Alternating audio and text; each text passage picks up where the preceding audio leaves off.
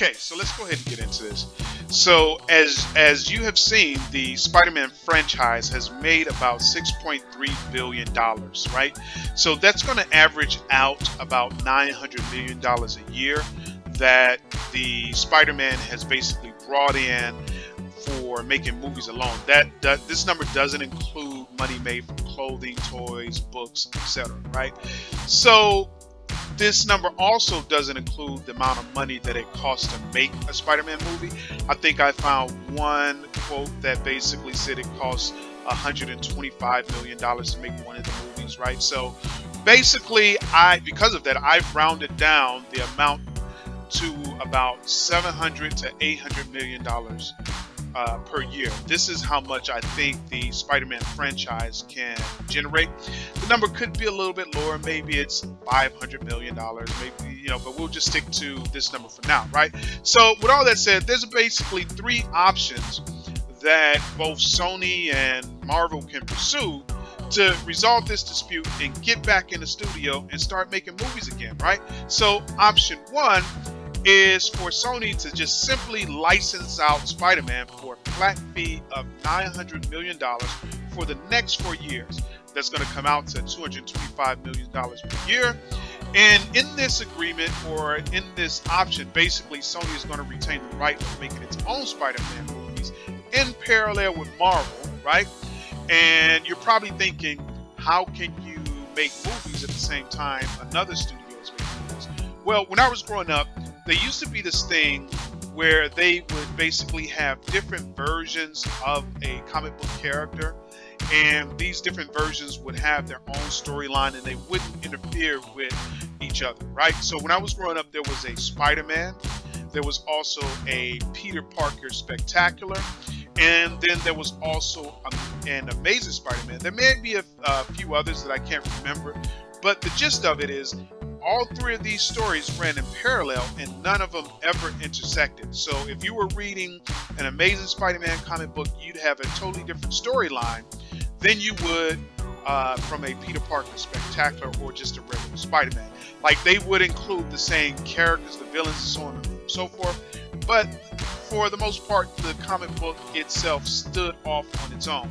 There was also something called a What If series, and that's where basically Marvel would take a character and they would put them in unique circumstance, and they would have them do really bizarre things in that circumstances.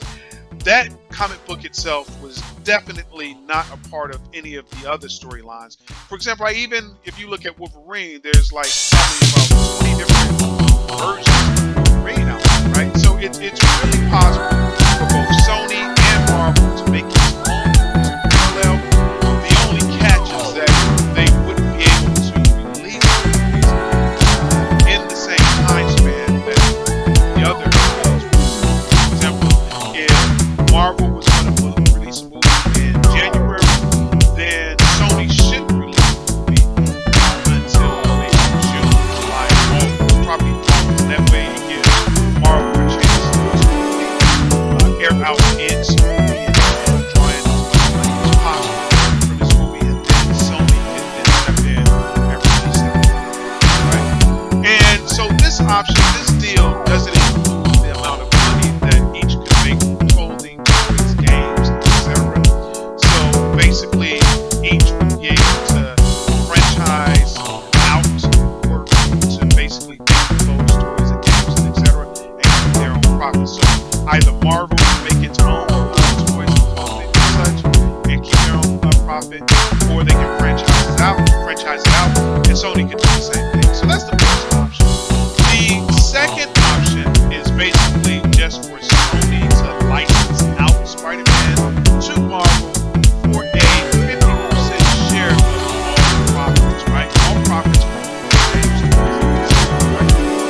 And the beauty of this is that Sony doesn't have to do anything. They can just basically sit back and collect a big fat check. I think one of the benefits of actually owning an asset is that you don't have to do it. If you do have to do it, work is going to be very minimal, right? So I think this is a really good way for Sony to basically focus on other projects. They can go ahead and give license Spider-Man to Marvel.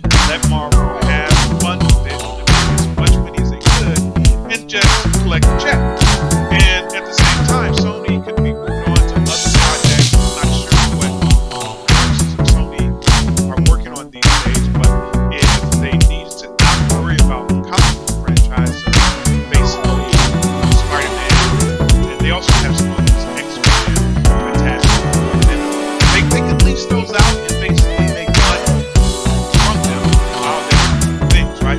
So option 3 is basically a situation of a deal where they would license Spider-Man out for a lesser fee, let's say $2 million more or less percentage, 15% to 25%. And at the same time, they're going to hold rights to making Spider-Man